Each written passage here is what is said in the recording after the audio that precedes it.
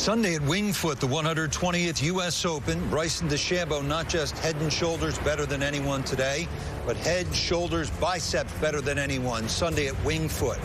What a display, and not just power, but touch. He started two back and put together one of the great performances in U.S. Open history, considering how difficult it was. Final putt at 18 for par. 3 under 67. The only player to have broken par today, and Dechambeau wins in a runaway. He is the U.S. Open champion.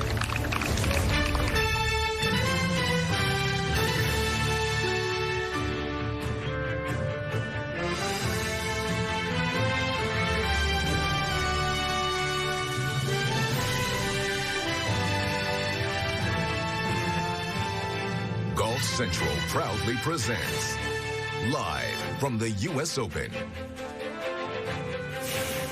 Presented by Ping and Cintas. Well, early in the week, the consensus was Bryson Dechambeau couldn't possibly hit driver, hit it as hard as possible, and win around here. Not with this rough. Undaunted, he crushed consensus and won the U.S. Open, but not just with power. He did it with a wrecking ball and a razor. Some wonderful chip shots, big putts at 9, 11, 14, and the one you just saw for good measure at 18. A brilliant round of golf. And Bryson Dechambeau is now with Todd Lewis.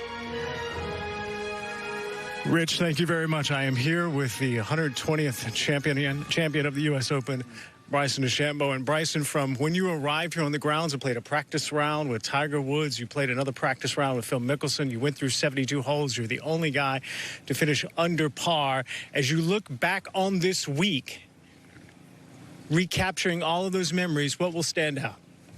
Well, first off, I want to say thank you to all the sponsors that have been with me since day one. Cobra, Puma, Bridgestone. I said this a little while ago, but Veritex, HE Golf, Bentley, Rolex, a bunch of them, S&P. I can't remember every single one of them because there's too many, but that shows how many people, have been so supportive of me, and I can't thank them enough, first off. But I'll also say it was fun playing with Tiger Sunday. Got to pick his brain. He's played here a little bit. And then I got to play with Phil. And I think it was on Monday or Tuesday, and he shared some amazing insight into this golf course, especially in the back nine. When he had a chance to win. And he told me how unbelievable his short game was that whole entire week. It was the best of his career. And I thought about that for a minute. I said, you know what? I'm going to take a little bit of time in the practice rounds to work around the greens, to work on the practice range with my chipping around the greens, getting comfortable with rough shots and all that. And sure enough, it paid off. But yeah, I'm in shock right now, to be honest. It's amazing. We have talked all week about patience. We have talked about strategy. We have talked about execution. Was today, with as much as it was on the line, was today the perfect blend of all of those things? Absolutely. I mean, Chris and I have been working really, really hard on figuring out the biomechanics for the golf swing and how to not only just hit it hard, but make it repeatable as well and gain an advantage in that arena. And so leading up to this week, I wasn't really hitting it that great, and I felt like we'd figured some stuff out, and we just kept digging at it over the course of these, this last week on Sunday, Monday, Tuesday. We're just every night working really, really hard to try and figure and think through it and what's going to make it a little more repeatable.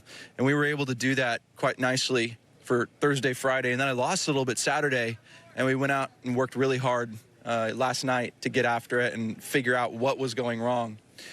And I felt like we had come to a good place, and it wasn't until number 6 that I figured a little something else out. What was it?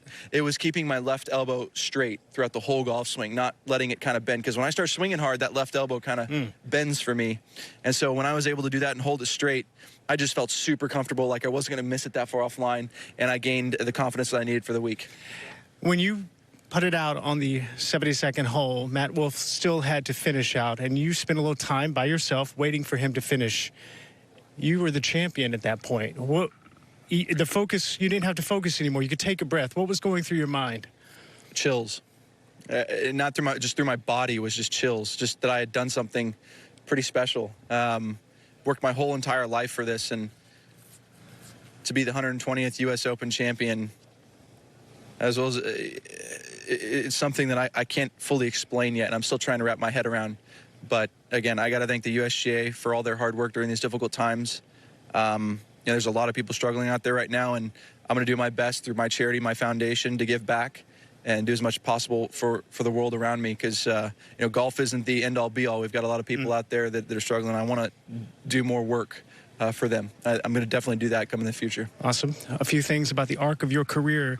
When you first came out, you had the same length irons. You've changed your body. We've talked so much about that, even to the point of the strategy here this week where you're going to be aggressive and hit driver much more than, I'm assuming, most of the participants here. A lot of people were skeptical. Yeah. When you had all of those changes that were revolutionary, it seems like, to the golf game, how much belief did you have that all of those would work? Well, it's funny. As I played the practice rounds this week, I tried to just hit driver everywhere and see if it would work. And luckily enough, the rough, at least where I was hitting it, how far up I was hitting it, wasn't as penalizing for me. I felt like I could get pitching wedge to the green. So I was able to focus on that strategy and keep going and be confident in that strategy. Finally, when Tiger Woods came out in the late 90s, he revolutionized golf. He put athleticism into the game. You have done some very different things, and obviously they're working. There's proof of it in your hands. Do you feel like you are a revolutionary participant in the game right now? Let's just say that every day I'm going to try and do my absolute best. Let today's garbage be better than yesterday's. And moving forward, I'm going to try 48-inch driver. I'm going to keep pushing the boundaries, going to keep trying to find little distinct advantages. That's all I'm going to focus on, but I appreciate those words. Congratulations on winning the U.S. Open here at historic Winged Foot. Thank you. Bryson DeChambeau, your champion. Thanks, Todd.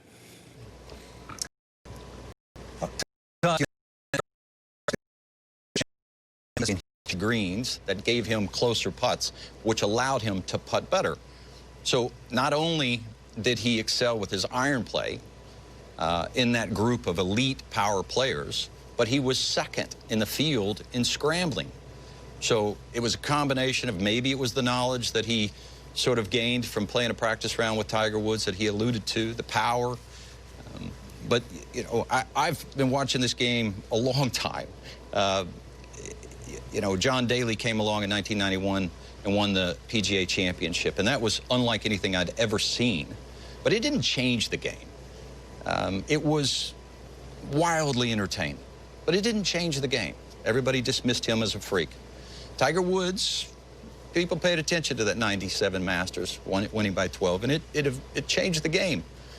But still, there was a lot of people who just thought, well, he's a once-in-a-lifetime talent. There's a definitive before and after with Bryson. We saw what he was, and he's unrecognizable in body and in technique to the player that he was. If you're not paying attention to this and you're in professional golf, you're going to get left behind. Because in that final group today were not the prettiest swings in the game. They were swings being pushed forward by science and biomechanics. Matt Wolff being taught by George Genkus.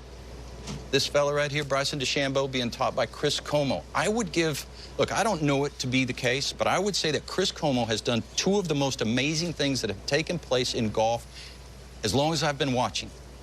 I give him full credit. Chris won't take it, won't even talk about it. But I give him full credit for helping Tiger get over his yips in chipping. Again, Chris didn't say that. He won't take the credit. He'll deny it.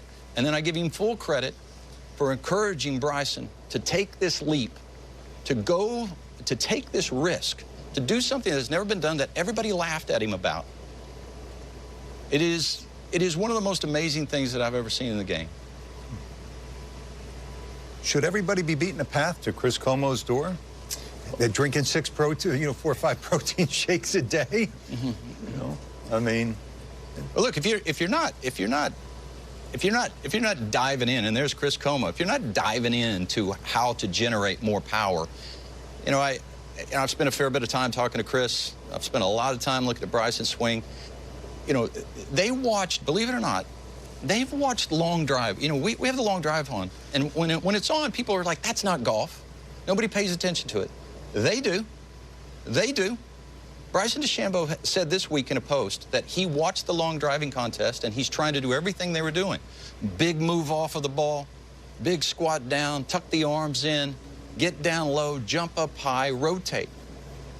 So while everybody else kind of looks askance at the long drive, he didn't. He took it and then added his own elements for accuracy into the golf swing along with Chris, and they put this package together.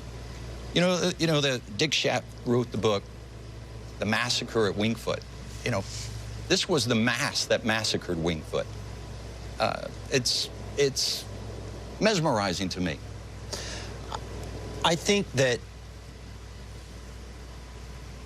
Bryson coloring outside the lines, going in a new direction, that's what's going to open eyes. Not everybody's going to go on the journey that he's been on, and they can't. But I think it will affect how every player in the field looks at a golf course. They may not be willing to go through